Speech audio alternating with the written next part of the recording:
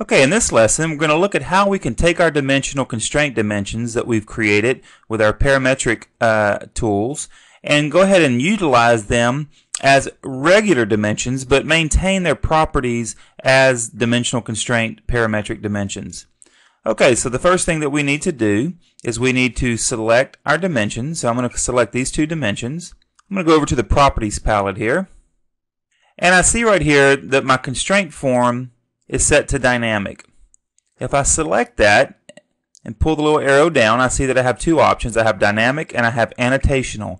If I change it to annotational, then what happens is this becomes an actual annotational dimension that takes on the properties, in this case, of our dimension style standard. And now, actually, if we want to take a look, if we were to do a print preview, and I'm just going to go ahead and tell it that to send it to, I'm not going to actually print it, but I'm going to go ahead and set it up to print to a DWF 6 eplot. And I just want the fit to paper, and I'm going to do a preview. We can see that it shows up indeed as a dimension. Our little lock symbol is no longer there because it doesn't plot, but they do plot. Alright, so I'm going to go ahead and I'm going to exit out of this preview window, and I'm going to just cancel my plot. Now, you probably notice one thing right off the bat that's a problem, and that is that we see this D1 and this D2 equals in our dimensions, and very rarely are you going to want it to actually display that way. So we need to get rid of them. So what we can do to get rid of those is we can come over here to our dimensional constraints, and if we select this little arrow, it'll bring up our constraint settings. And on here we see it says dimensional constraint format. And it says that currently it's displaying the name and the expression. And what we want to do is we want to change it to only display the value.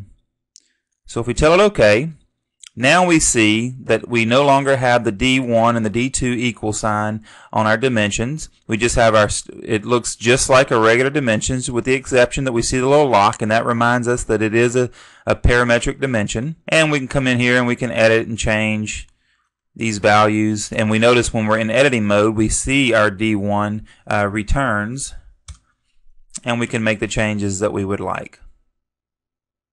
Now if we do a print preview, we see that we get the results that we expect from a regular dimension.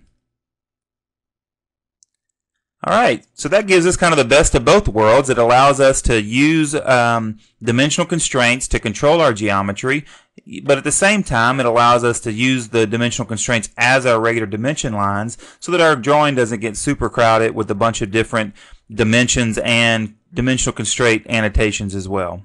Okay, so I would suggest that you experiment with that a little bit and try a little bit on your own drawings and figure out how you can apply these techniques to your own drawings.